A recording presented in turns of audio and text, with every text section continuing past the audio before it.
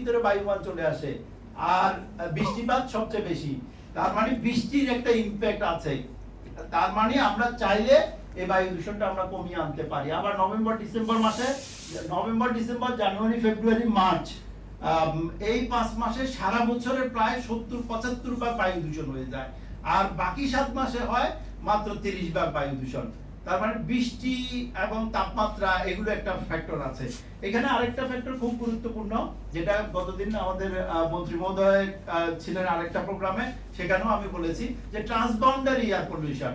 প্রতিবেশী ঘরে আগুন লাগলে আমাদের এখানে প্রভাব আসতেছে। প্রতিবেশী রাষ্ট্রগুলো আমাদের বর্ডারে ইন্ডাস্ট্রি রাখছে, সেখানে বায়ু দূষণ হচ্ছে, এবং শুষ্ক মৌসুমে তাদের ওই ইন্ডাস্ট্রি থেকে আমাদের এখানে বায়ু দূষণ আছে, এবং এটার পরিমাণও কম না। শুষ্ক মৌসুমে আমাদের এখানে বৃষ্টিপাত নাই, লোকাল প্রোডাকশন বেশি থাকে, আমাদের নির্মাণ কাজগুলো বেশি হয়, আমাদের এমনিতেই আমাদের ঘরোয়া সমস্যা বেশি। তার উপরে প্রতিবেশী রাষ্ট্র থেকে যখন উত্তর পূর্ব দিক থেকে বাতাস প্রবাহিত হয়, হিমালয়ের দিক থেকে শৈত্য প্রবাহ ঠান্ডা বাতাসের সাথে সাথে তারা আমাদেরকে এই ধরনের দূষণও দিয়ে দিচ্ছে।